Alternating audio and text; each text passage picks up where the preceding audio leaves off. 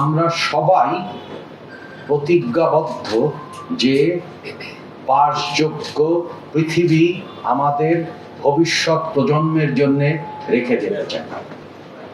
এটা যদি আমরা সকল দেশ, জাতি, গ্রাম, সকল জনপদের মানুষ আমাদের বিশ্বাস থাকে, আমরা যদি প্রতিশ্রুতিবদ্ধ হই, আমরা যদি ওই কথামালার মধ্যে না যেতে চাই যেটা হচ্ছে আনকেপ্ট প্রমিসেস। কারণ আপনাদের কাছে, বিশেষ করে যারা এনজিওতে কাজ করেন, তাদের কাছে এই দুটো শব্দ খুব পরিচিত।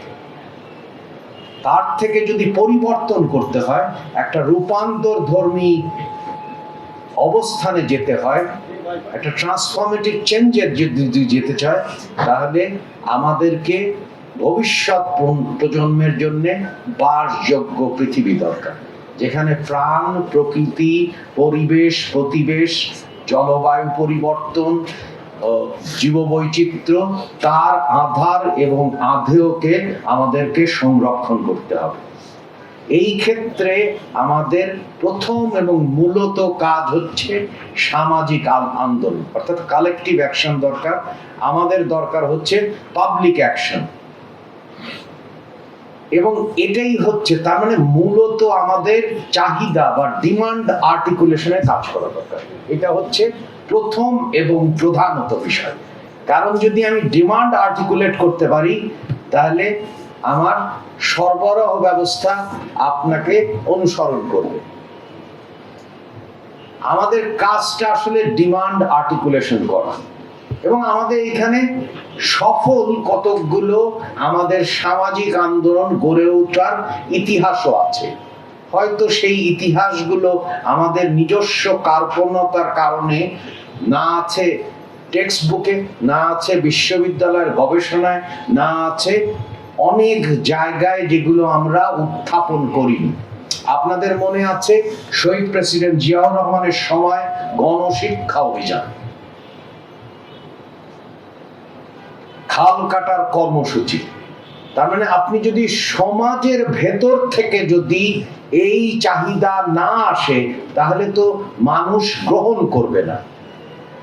কারণ সেটা একটা, আপনি যদি শরীরের সাথে চিন্তা করেন, শরীর কোনটা গ্রহণ করে, যেটা শরীরের প্রয়োজন, তাহলে এখানে আমাদের বিশেষ করে সিভিল সোসাইটি এবং এনজিওদের সবার আসলে আন্দোলনের মূল উদ্দেশ্য হওয়া দরকার যে কিভাবে আমরা বাসযোগ্য পৃথিবী তৈরি করব, এবং সেখানে আমরা নিশ্চিত করব যে নবায়নযোগ্য।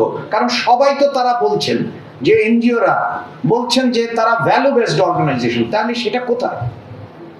এবং আপনারাই দেখাচ্ছেন যে এইখানে যে পরিমাণ অর্থ ব্যয় করা হয়, সেটা আসলে মাইক্রো ফাইন্যান্স দিতে পারে।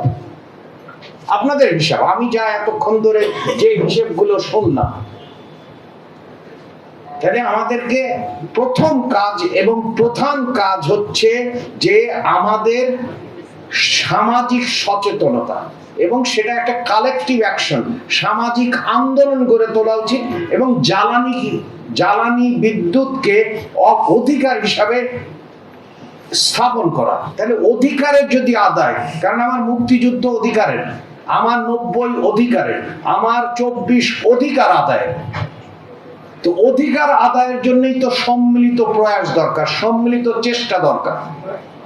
এবং সেখানে অর্থেরও তো আমি কোনো অভাব দেখি না, কারণ আমরা যে পরিমাণ মাইক্রো ফাইন্যান্স ব্যয় করি, এবং এর ফলে আপনাদের গবেষণায় বলছে যে যে পরিমাণ পরিবার প্রতি সঞ্চয় হবে, সেই সঞ্চিত অর্থ দিয়ে তার আরেক ব্যাপারে ভোগ ব্যয় বেড়ে যাবে, কনজাম্পশন বেড়ে যাবে। তার মানে হচ্ছে যে দারিদ্র সীমায় আমরা যে সাম্প্রতিক কালে আমরা উত্তরাধিকার সূত্রে প্রাপ্ত হয়েছে, ফটোকার্ডে লিখবেন উত্তরাধিকার সূত্রে, দারিদ্র কিন্তু আমাদের সময় বাড়েনি। তাহলে হচ্ছে যে আমরা যে উত্তরাধিকার সূত্রে প্রাপ্ত হয়েছি, তাহলে এইখানে ব্রেকটা করতে হবে, এইখানে প্যারাডাইম শিফটটা করতে হবে। কারণ নবায়নযোগ্য বিদ্যুতের ব্যবহার খাতা কলমে কিন্তু অনেক দিন ধরে, এবং আমি একটা ছোট্ট উদাহরণ দিই, আপনি চিন্তা করেন গ্যাসের সংকট হচ্ছে, গৃহের সমস্যা হচ্ছে, আমরা চেষ্টা করছি হিউস্টনে যাচ্ছি, ওই জায়গা থেকে এলপিজি আনা, অলিগার্কি ভাঙা, এগুলো সব ঠিক, কিন্তু এর চেয়ে সহজতর সমাধান ছিল যদি আমরা বাড়িতে আপনার রান্নার জন্য সোলার সিস্টেম দিয়ে চুলাটা দিতে পারতাম।